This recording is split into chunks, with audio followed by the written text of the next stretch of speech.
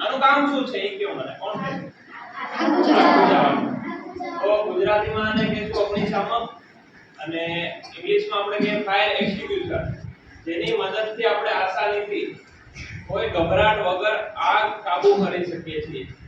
આ હંમેશા નાની આગ હોય. આગ પહેલા કેવી હોય? નાની. સીધી બ્લાસ્ટ થતો નથી કોઈ. શરૂઆતની આગ કેવી હોય છે? નાની. તો નાની આગ હોય ત્યારે શું કરવું અને શું ના કરવું? જેમ કે ઇલેક્ટ્રિક શોર્ટ સર્કિટ હોય, જેમ કે સ્વિચ બોર્ડમાં આગ લાગી છે, તમે શું કરશો? પાણી મારશો? કેમ? વધારે ના થાય. શોર્ટ સર્કિટ થાય એટલે તમારા સુધી પાણીમાંથી પ્રવાહ આવે, વિદ્યુતનો પ્રવાહ તમને ઝટકો લગાવે.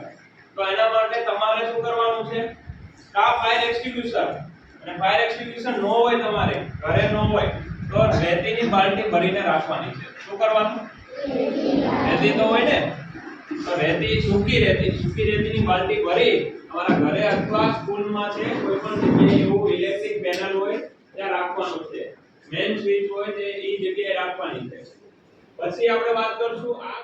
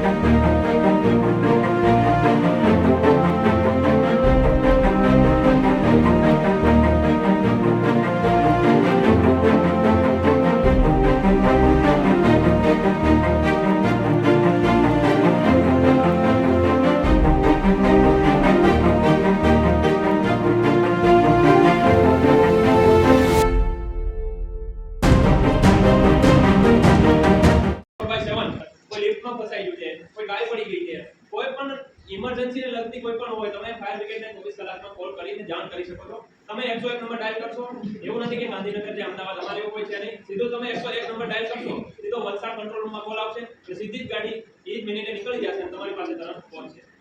કે તમારે કોઈ બીજી જગ્યાએ કોલ કરવાની જરૂર છે નહીં. 101 માં કરશો, તમે કોઈ પણ જગ્યાએ છે સાચી માહિતી આપો, અમે આ જગ્યાએ છીએ, ફસાણા છીએ, કે કોઈ ગાય પડી ગઈ છે, કોઈ ફસાઈ ગયું છે, છોકરા ફસાણા છે લિફ્ટમાં, કોઈ પણ જગ્યાએ ઇમરજન્સી થાય, કોઈ ડૂબી રહ્યું હોય, બરોબર, કોઈ ઘર પડી ગયું મોટું પ્રોબ્લેમ, તો 101 આપણે બધાને શેર કરવાનું છે કે હવે ફાયર બ્રિગેડનો નંબર 101 છે. કોઈ પણ ઇમરજન્સી થાય ત્યારે કોલ કરી શકીએ છીએ, બરોબર.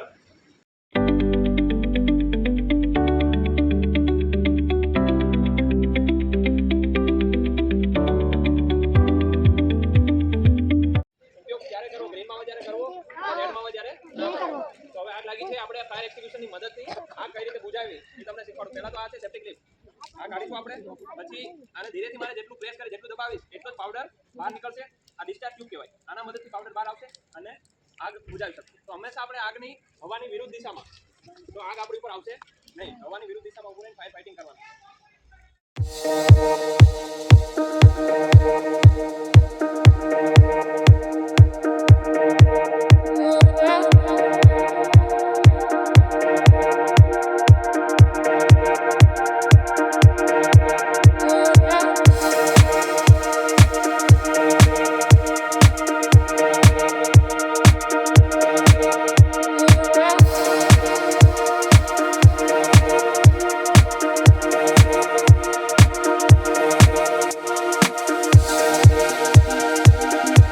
કેટલું છે હવે?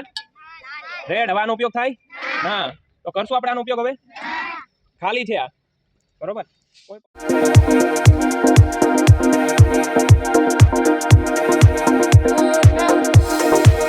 આપણે શું કર્યું? આગને મળતો ઓક્સિજન એ બંધ કર્યું. હવે આપણે શું કર્યું? આગને મળતી ગરમી, તો આગ ઓટોમેટિક બંધ.